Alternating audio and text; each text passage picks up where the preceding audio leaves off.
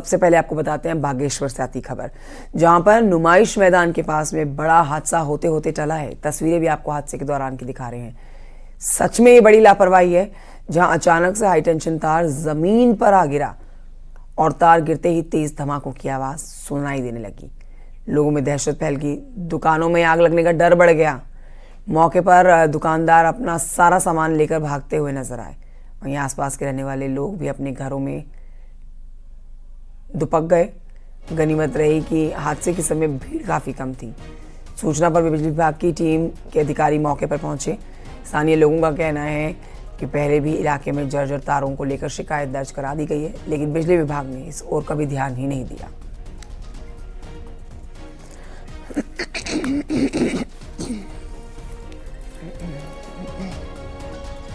अगली खबर देहरादून से है, जहां पर विकास नगर क्षेत्र में आसन नदी से हैरतअंगेज तस्वीरें सामने आई है, जहां पर नदी में गाड़ियों में भरकर एक्सपायरी डेट की कोल्ड ड्रिंक डाली गई है, जिसके हजारों रैपर सड़क पर बिखरे पड़े हुए नजर आए हैं, जिसकी वजह से आसन नदी और झील में प्रवास के लिए पहुंचने वाले पक्षियों की अब जान को खतरा बन गया है।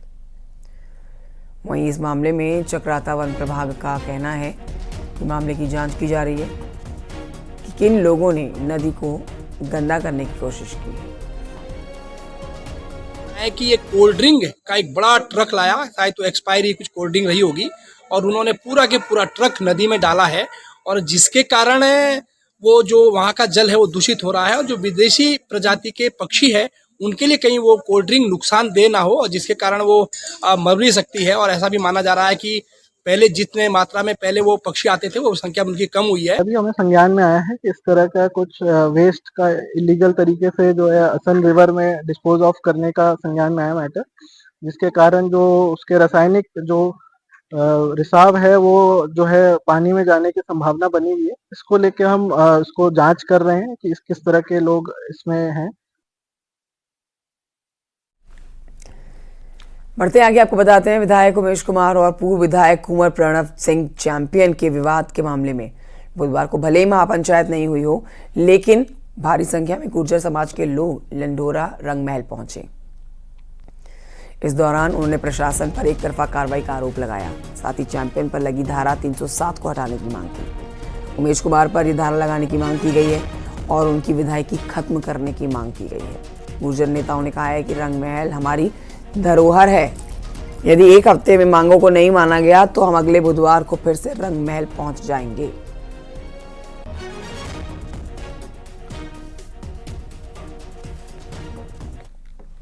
पूर्व विधायक कुंवर प्रमण चैंपियन और विधायक उमेश कुमार के बीच में चल रहे विवाद को लेकर पुलिस अलर्ट है। दरअसल सोशल मीडिया के जरिए कई लोग तरह तरह की टिप्पणी और वीडियो पोस्ट कर रहे हैं, जो पुलिस के लिए परेशानी का सबब बना हुआ है। विधायक उमेश कुमार और पूर्व विधायक कुंवर प्रणव चैंपियन का कैंप कार्यालय गंग नहर पटरी पर है, जहां पर पुलिस ने दोनों तरफ बैरिकेडिंग लगाकर लोगों की आवाजाही को बंद कर दिया है। पुलिस विधायक और पूर्व विधायक के कैंप के कार्यालय के बाहर ड्यूटी दे रही है, ताकि शहर का माहौल खराब ना हो सके।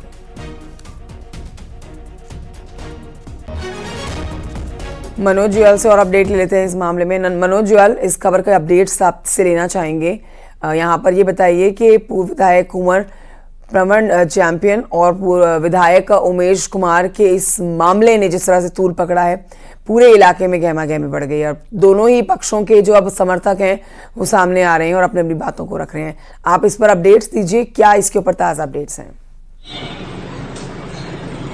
जी, मैं आपको बता दूं, जिस तरीके से दोनों विधायक, एक विधायक और पूर्व विधायक का मामला चलता आ रहा है, भले ही इसमें अभी और कोई कार्रवाई नहीं हो पाई, लेकिन जिस तरीके से जो पूर्व विधायक है कुंवर प्रणव सिंह चैंपियन, वो 14 दिन की न्यायिक हिरासत में जेल में है, और जो विधायक है उमेश कुमार वो जमानत पर बाहर हैं। लेकिन अब जो दोनों के समर्थक हैं, चाहे विधायक उमेश कुमार के हो चाहे पूर्व विधायक कुंवर प्रणव सिंह चैंपियन के जो समर्थक हैं, वो लगातार सोशल मीडिया पर टीका टिप्पणी कर रहे हैं। और एक वीडियो हमने वायरल होते हुए देखा जिसमें उमेश कुमार को कुछ लोग पैसे देने की बात भी कह रहे थे, और तमाम से ऐसे जो इस पर टिप्पणी हो रही है, पुलिस पुलिस के लिए एक सरदर्द जलूल बना है। जिस तरीके से दोनों विधायकों का, एक विधायक और एक पूर्व विधायकों का जो कैंप कार्यालय है वो नहर पटरी पर है, मात्र दोनों की दूरी 500 मीटर पे है। तो इसलिए पुलिस के लिहाज से भी, ये सुरक्षा के लिहाज से भी एक पुलिस के लिए, क्योंकि जिस तरीके से लोगों की यहाँ आवाजाही लगातार होती है इस नहर पटरी पे, उसको रोका गया है ताकि कोई भी ऐसे जो उपद्रवी हैं या इस नहर पटरी से ना गुजरे। क्योंकि जिस तरीके से बवाल हुआ था, जिस तरीके से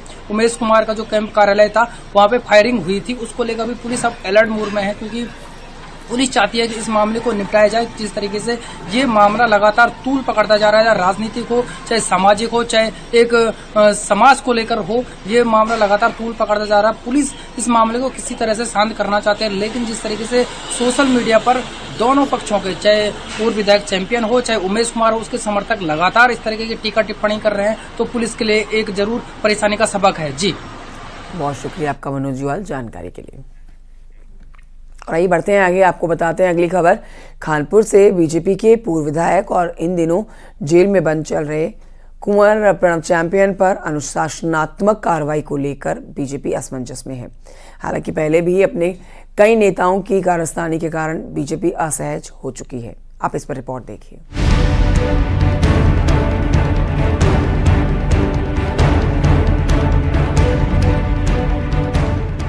कानपुर से निर्दलीय विधायक उमेश कुमार के घर पर गोलीबारी करने के मामले में बीजेपी के पूर्व विधायक कुंवर प्रणव चैंपियन इन दिनों जितनी चर्चाओं में हैं, उससे कहीं ज्यादा चर्चाओं में बीजेपी है। चर्चा इस बात की है कि आखिर बीजेपी की ऐसी कौन सी मजबूरी है कि वो चैंपियन के खिलाफ कुछ कर नहीं पा रही है। इससे पहले भी दिल्ली में उत्तराखंड भवन में पत्रकार को धमकाने के मामले में जून 2019 में पार्टी ने चैंपियन की प्राथमिक सदस्यता 3 महीने के लिए सस्पेंड की, लेकिन चैंपियन बाज नहीं आए।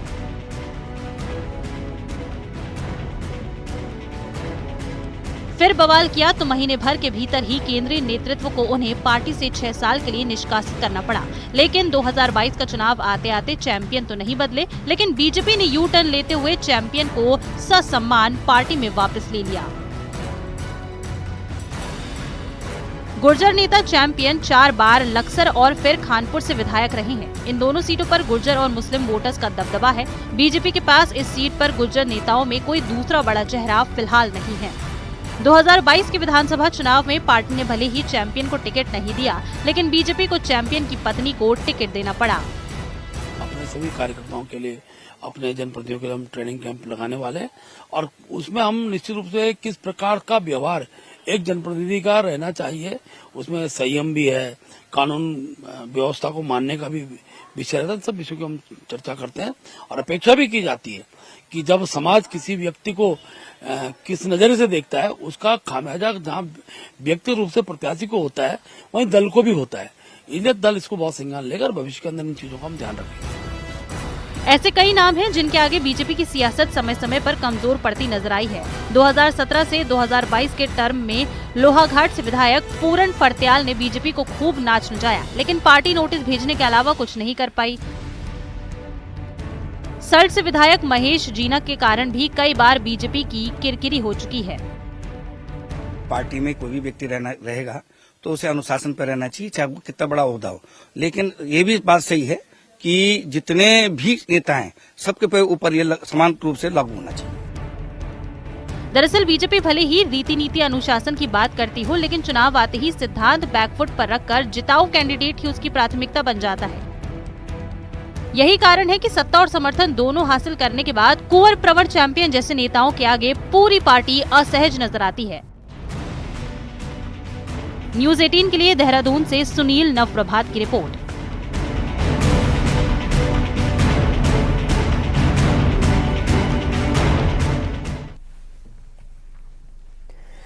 और आइए बढ़ते हैं आगे, आपको बताते हैं आगे बढ़ते हुए कोटद्वार की खबर, जहां पर यमकेश्वर के दुगड्डा आमसोट गांव में जंगली हाथी के आतंक से लोग खौफजदा नजर आए। आप देख रहे हैं तस्वीरों में, आए दिन यहाँ पर गांव में हाथियों की चहलकदमी देखी जाती है, जिससे ये हाथी किसानों की खेती को भी बर्बाद कर देते हैं। गांव के आसपास के इलाकों में हाथियों की दहशत बनी हुई है। एलिफेंट कॉरिडोर से लगे हुए आमसोट गांव में किसानों की खेती करना अब मुश्किल हो चुका है, जबकि हर वक्त जानमाल का भी देखिए नुकसान और खतरा बना रहता है। ग्रामीणों की मांग है कि इलाके में फॉरेस्ट की गश्त के साथ ही हाथी सुरक्षा दीवार बनाई जाए। अनुपम भारद्वाज से लेते हैं और जानकारी इस खबर पर। लाइव हमारे साथ मौजूद है अनुपम। ये वाकई में हैरान परेशान करने वाली तस्वीरें हम अपने दर्शकों को दिखा रहे हैं और आए दिन अगर इस तरह की घटना होती है, जंगली हाथी जो हैं वो न सिर्फ किसानों की खेती को खराब करते हैं बल्कि यहाँ पर किसानों की जान का भी खतरा है, तो ये बहुत चिंता की बात है। क्या कदम इसके ऊपर उठाए जाने हैं? देखिए, दुगड्डा का आमथौड़ लंबे समय से हाथियों के आतंक से जूझ रहा है और आए दिन हाथी लगातार वहां पे पहुंच जाते हैं और खेती को बर्बाद करते हैं। जब भी फसल का समय होता है तो हाथी जो फसल है वो चौपट कर देते हैं, क्योंकि एलिफेंट कॉरिडोर से लगता हुआ ये पूरा इलाका है। तो ऐसे में हाथियों का जो आना जाना है इस इलाके से ज्यादा रहता है। ऐसे में जो ग्रामीण है वो लगातार मांग भी कर रहे हैं कि किसी तरीके से, क्योंकि गश्त जब भी कराई जाती है तो कुछ समय के लिए हाथियों का जो आना जाना है वो रुकता जरूर है, लेकिन उसके बावजूद जो हाथी है वो वहां से आना जाना नहीं छोड़ते हैं। तो अब मांग की जा रही है कि सुरक्षा दीवार, जो हाथी सुरक्षा दीवार है वो आमतौर के इर्द गिर्द बनाई जाए, जहां से जो हाथियों का आना जाना रहता है उन इलाकों पर एलिफेंट जो दीवार है जो वो बनाई जाए, ताकि जिससे जो हाथियों का आना जाना है वो रुक सके और जो आतंक है वो भी रुक सके। और इसके अलावा जो लोगों को खेती के साथ ही जो जान माल का खतरा भी बना रहता है, कहीं पे दीवारें तोड़ देता है, कभी मकान की दीवार, कभी बाउंड्री वॉल तोड़ दी जाती है। इसके अलावा जैसे रात के समय अगर आदमी अंधेरे में कहीं निकलता है तो अचानक से हाथी के आने से डर का माहौल भी बना रहता है। तो कहा जा सकता है कि बड़ा खतरा हमेशा लगातार आमतौर इलाके में बना रहता है और मांग की जा रही है तो गश्त की जाए लगातार उस इलाके में। गश्त जो वन कर्मचारी है वो लगातार गश्त में तैनात रहे या फिर सुरक्षा दीवार वहां पे हाथियों की बनाया जाए। ओके, बहुत शुक्रिया अनुपम भारद्वाज आपका जानकारी के लिए। बढ़ रहे हैं आगे, आपको बताते हैं 26 जनवरी को कर्तव्य पथ पर निकाली गई उत्तराखंड की झांकी को तीसरा स्थान मिला है। लोगों की पसंद के आधार पर तीसरा स्थान उत्तराखंड की झांकी को मिला है। उत्तराखंड की झांकी में ऐपण कला को दिखाया गया था। वहीं सीएम पुष्कर सिंह धामी ने उत्तराखंड की झांकी को तीसरा स्थान मिलने पर प्रदेशवासियों के साथ ही झांकी के कलाकारों को भी बधाई दी है। तो ये 26 जनवरी के दौरान की तस्वीरें आप देख रहे हैं जब झांकियां निकल रही थी और देखिए तीसरा स्थान उत्तराखंड की झांकी को मिला है, जो अपने आप में उत्तराखंड के लिए बहुत खुशी की बात है।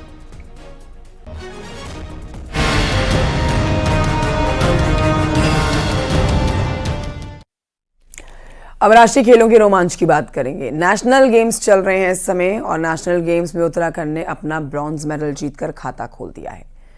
यहाँ आपको बताएं कि ये मेडल वुशु प्रतियोगिता में ज्योति वर्मा ने जीता है। ब्रॉन्ज मेडल विजेता ज्योति वर्मा का कहना है कि ये उनका वुशु में पहला अनुभव था और उनका लक्ष्य अब गोल्ड मेडल जीतने का है, जिसके लिए आगे और वो कड़ी मेहनत करेंगे। यहाँ पर मैंने किया, ये मेरी पुरानी तैयारी है। इसमें सबसे बड़ा सपोर्ट मेरे कोच का रहा है। कोच की वजह से आज मैं इस मुकाम में पहुंची हूँ। इससे पहले भी हम प्रैक्टिस करते थे, लेकिन एक कोच का होना बहुत ज़रूरी है सर। तो एक सीढ़ी होती है सर, हम उसको साल भर चढ़ते रहते हैं, लेकिन अंतिम सीढ़ी जो होती है वो हमारे कोच के सपोर्ट से हम उस लक्ष्य को प्राप्त करते हैं। उत्तराखंड की महिला रग्बी टीम पहली बार नेशनल गेम्स में खेल रही है और देखिए देहरादून में पहला मैच उत्तराखंड का पिछले 3 बार से नेशनल गेम्स की चैंपियन रही उड़ीसा के साथ हुआ है, जिसमें ओडिशा की महिला टीम ने 55-0 से उत्तराखंड की टीम को हराया है। लेकिन अभी भी उत्तराखंड की खिलाड़ियों का हौसला बुलंद है। खिलाड़ियों का कहना है कि पहली बार नेशनल गेम्स में वो शामिल हो रहे हैं, इसीलिए चूक गए हैं, लेकिन अगले गेम में उनका प्रदर्शन बेहतर होगा। अभी जो मैच खेला है हमारे बच्चों ने, आज पहला मैच खेला है, तो उसके इस लिहाज से मेरे हिसाब से बहुत अच्छा खेला है, क्योंकि कुछ गलतियां हमसे हुई हैं तो उनको हम फोकस करके उन पे काम करना स्टार्ट करेंगे तो आगे फ्यूचर में बेटर हो सकती है। तो क्योंकि पहला नेशनल गेम है हमारे उत्तराखंड की टीम का, तो इसको हम आगे किस तरीके से, क्या क्या चेंजिंग होना चाहिए, किस तरीके से आप लोगों ने रणनीति बनाई है? देखिए, फैसिलिटीज़ के हिसाब से तो हमें सब कुछ मिला है, बट इसमें थोड़ा सा हाइड्रेशन वगैरह का प्रॉब्लम है जो बच्चों को अभी ठीक से नहीं हो पाया है, क्योंकि थोड़ी नॉलेज की कमी हो सकती है, क्योंकि बच्चे हैं, एक्साइटमेंट है तो पानी कम पीते हैं कभी, तो ध्यान नहीं रख पा रहे हैं अपना। बहुत ज़्यादा खुशी हो रही है कि पहली बार 38 नेशनल गेम्स हमारे देहरादून में कंडक्ट कराया जा रहा है और इसकी हम काफ़ी सारी प्रैक्टिस भी इसी बार हमने बहुत सारी की है और बाहर से कोचेस भी मंगाए हैं, प्लस हमारे कैंप्स भी लगे हैं, तो काफ़ी खुशी हो रही है इसकी। लेकिन आज अगर पॉइंट्स की बात करें, पहले मैच में थोड़ा कुछ तो ये पहला मैच था, टीम भी काफ़ी अच्छी थी हमारे सामने। तो मेरे को 3 बार नेशनल हाँ गेम जी, खेल चुके हैं। बिल्कुल बिल्कुल। मतलब लास्ट टाइम की नेशनल प्लेयर भी चैंपियन है 3 बार। चैंपियन के, तो एक्सपीरियंस वाइज बहुत ही बढ़िया था। नेक्स्ट टाइम हम पूरा प्रॉमिस करते हैं कि अगर हमारा उनसे होता है तो हम बहुत ही अच्छा प्ले करेंगे। बहुत अच्छा एक्सपीरियंस था और ये लगा हमें कि जो हमने गलतियाँ इस मैच में की हैं हम नेक्स्ट मैच में नहीं करेंगे और हम प्रॉपर तरीके से खेलेंगे। तो क्या कुछ गलतियां लगी इस टाइम? कोऑर्डिनेशन की कमी थी या क्या कुछ था? सर कोऑर्डिनेशन तो अच्छा था और बाकी हमारा कम्युनिकेशन भी बहुत अच्छा था टीम में। बस ये था कि जो सामने वाली टीम थी थोड़ा स्ट्रांग थी, बट हम भी कम नहीं है सर, हरा के रहेंगे नेक्स्ट टाइम। टिहरी जिले के शिवपुरी गंगा तट के किनारे में 38 राष्ट्रीय खेल के तहत कबड्डी और बीच वॉलीबॉल हुई है। अब इस प्रतियोगिता में देश के कई राज्यों के खिलाड़ी शामिल हुए हैं, जिन्हें ऋषिकेश के गंगा तट बेहद पसंद आ रहे हैं। वहीं खिलाड़ियों की सुरक्षा और व्यवस्था के पुख्ता इंतजाम यहां पर हैं, जिससे भी खिलाड़ी खुश हैं।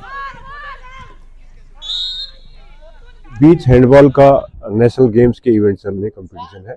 इसमें 8 टीमें मेन सेक्शन में और 8 टीमें विमेन सेक्शन में है और Uttarakhand as a host 8 team include की गई है। हरियाणा टीम से हूँ। हमारा लास्ट ईयर हम लोग चैंपियन थे, इस बार भी हम चैंपियन ही बन के जाएंगे। हम लोग 3 मैच अभी जीत चुके हैं, कल हमारा सेमीफाइनल होगा और हमें यहाँ का रेजिडेंटल भी अच्छा लगा, यहाँ फैसिलिटीज़ भी अच्छी। हरिद्वार के रोशनाबाद स्पोर्ट्स स्टेडियम में भी नेशनल गेम्स की धमक देखी जा रही है। पहले दिन महिला और पुरुष वर्ग के कबड्डी मैच की शुरुआत हुई है, जिसमें उत्तराखंड, यूपी, राजस्थान, हरियाणा, कर्नाटक की टीमों ने हिस्सा लिया है। 5 दिन तक चलने वाली कबड्डी प्रतियोगिता का 2 फरवरी को फाइनल्स खेला जाना है और हरिद्वार के रोशनाबाद में कबड्डी के अलावा हॉकी, कुश्ती और कुछ और गेम्स की प्रतियोगिता होनी है। नेशनल गेम्स के आयोजनों के लिए प्रशासन और खेल विभाग की तरफ से पूरे इंतजाम देखे जा रहे हैं। मैच देखने पहुंचे हुए खेल प्रेमी भी खिलाड़ियों के प्रदर्शन को देखकर और तैयारियों को देखकर काफी खुश हैं।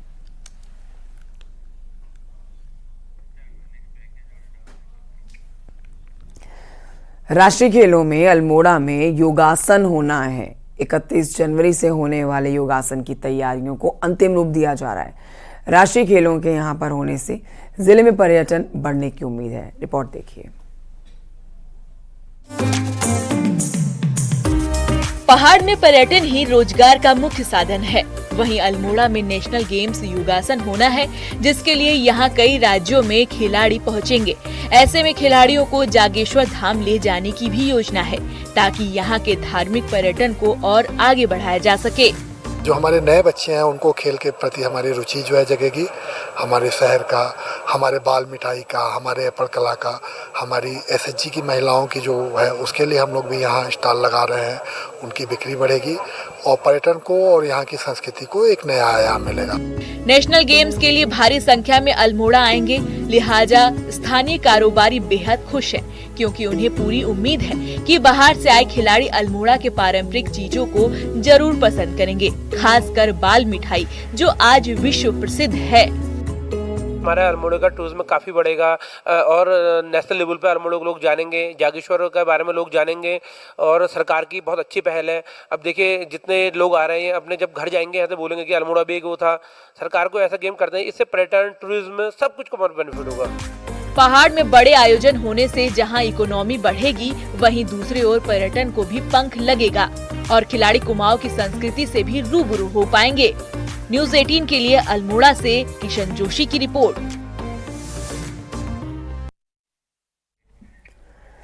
हरिद्वार सिडकुल के एमडी प्रतीक जैन ने कहा है कि राज्य सरकार का फोकस उत्तराखंड में नए उद्योग लाना है।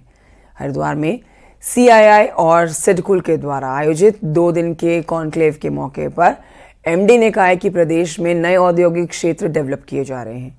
वहीं पहाड़ों में जहां भारी उद्योग नहीं लग सके हैं, इसीलिए वहां पर प्रोसेसिंग इंडस्ट्री पर अब फोकस किया जा रहा है। टोटल इकोनॉमी में इंडस्ट्रीज का कंट्रीब्यूशन 48% है, जो कि बहुत ज्यादा है। तो उत्तराखंड की पूरी आर्थिकी देखें तो आधी के करीब इंडस्ट्रीज की वजह से चल रही है। इसका सीधा साधा मतलब है कि इंडस्ट्रीज हमारे लिए कितना इम्पोर्टेंट है। तो इंडस्ट्रीज जो ऑलरेडी अच्छा कर रही हैं, हमारी कोशिश रहेगी कि उसको और बढ़ावा दें, साइमल्टेनियसली माननीय मुख्यमंत्री जी बाकी क्षेत्रों में भी, चाहे वो कृषि हो चाहे सर्विस सेक्टर हो, उसमें भी हमारे ग्रोथ को बढ़ाने के लिए हम सभी अधिकारी भी प्रयासरत हैं।